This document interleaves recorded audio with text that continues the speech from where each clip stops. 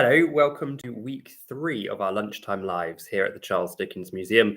I'm very lucky today. I'm actually sitting in Charles Dickens's parlour, his drawing room, his front room. And Dickens used to sit in front of this fireplace and read his stories out for his guests. So it's quite a privilege to be, in some ways, emulating what Dickens did back then.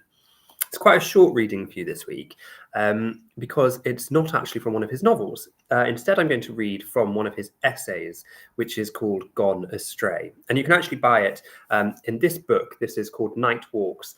And this book is a little compendium of several of Dickens's essays. It's a collection of 3 or 4. It's only a small little volume. But this book, I recommend it to everyone who comes to visit here. I think it's a real gateway into Charles Dickens. The reason I say that, sometimes Charles Dickens, he is one of the most remarkable writers in the English language, but he's, of course, a Victorian writer. He writes like a Victorian. He has very flowery language, very creative language, and that's not necessarily how we write and how we read today.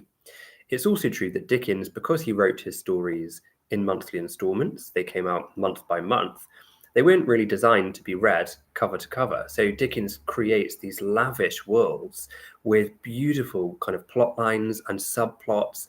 And there's kind of a lot going on in all of his novels, which is brilliant. But it also means sometimes if you're not used to Dickens, you can pick up one of his books and sometimes get a little bit overwhelmed between the plot lines and the language and everything else. So if that's you, if you're the sort of person who loves the idea of Charles Dickens, but perhaps struggles with the reality of his novels, start with this book, this little book, Night Walks, that's full of his essays, because these are little short journalistic articles.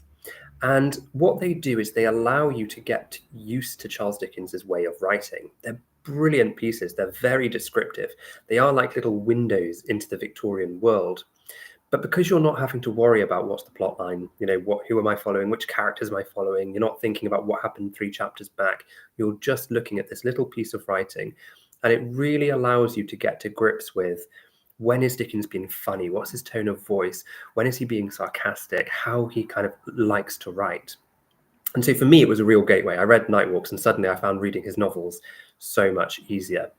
So today's piece is going to be from him, one of his essays called Gone Astray. Now, this is a beautiful storyline. It was written in the 1850s. Dickens was in his 40s by the time he wrote this article. But it's him recollecting a time as a child that he had got lost in London. He had separated from his parents. He was on his own as a small child walking through the streets of this enormous city. And he plays a lot on the idea of a fairy tale. And so he starts to compare London to a lot of the fairy tales that he had read as a child. And he pretends in this novel, as a little child, that he is Dick Whittington going out on an adventure in this great big city. And so the extract I've got here is kind of, he's in the city, he's alone, and he's just gone for a little nap.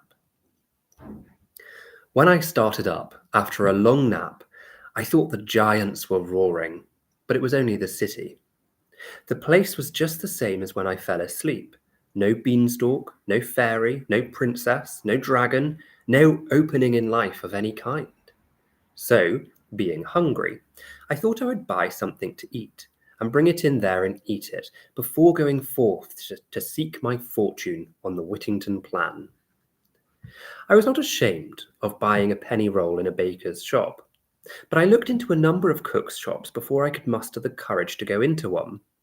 At last, I saw a pile of cooked sausages in a window with the label, "Small Germans, a penny." Emboldened by knowing what to ask for, I went in and said, "If you please, will you sell me a small German?" Which they did, and I took it, wrapped in paper in my pocket, to the Guildhall. The giants were still lying by, in their sly way, pretending to take no notice.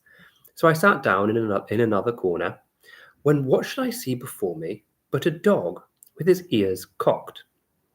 He was a black dog, with a bit of white over one eye and bits of tan in his paws, and he wanted to play, frisking about me, rubbing his nose against me, dodging me sideways, shaking his head, pretending to run away backwards, and making himself good-naturedly ridiculous, as if he had no consideration for himself, but wanted to raise my spirits. Now, when I saw this dog, I thought of Whittington, and felt that things were coming right. I encouraged him by saying, "Hi, boy, poor fellow, good dog," and was satisfied that he was to be my dog forever afterwards, and that he would help me seek my fortune. Very much comforted by this, I had cried a little at odd times ever since I was lost.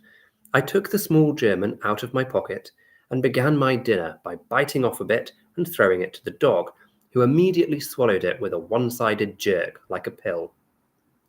While I took a bit myself, and he looked me in the face for a second piece, I considered by what name I should call him. I thought Merry Chance would be an expressive name under the circumstances, and I was elated, I recollect, by inventing such a good one, when Merry Chance began to growl at me in a most ferocious manner. I wondered he was not ashamed of himself, but he didn't care for that. On the contrary, he growled a good deal more, with his mouth watering, and his eyes glistening, and his nose in a very damp state, and his head very much on one side. He sidled me about on the pavement in a threatening manner, and growled at me, until he suddenly made a snap at my small German, tore it out my hand, and went off with it. He never came back to help me seek my fortune. From that hour to the present, when I am 40 years of age, I have never seen my faithful Merry Chance again. There we are. That is a piece from Dickens's Gone Astray. A brilliant reading, not least because it actually happened. So when you're looking at his essays, particularly in this compendium of Night Walks, you're not just reading fiction, you're reading real scenes from London. But I love the way he plays on this sense of childish wonder, being in the city without really knowing what life is like, and the way in which he forms this bond with the dog only to see it run away. We've all been there as kids, I'm sure. We all remember making friends with animals and suddenly they abandon us, and Dickens never did get over it. So as I say, I hope you enjoyed it, and I do recommend, if you're wanting to get into Dickens a bit more and you're kind of not sure how, read this little book, Night Walks. It's only tiny, but it's a really good gateway into getting used to Dickens' style of writing.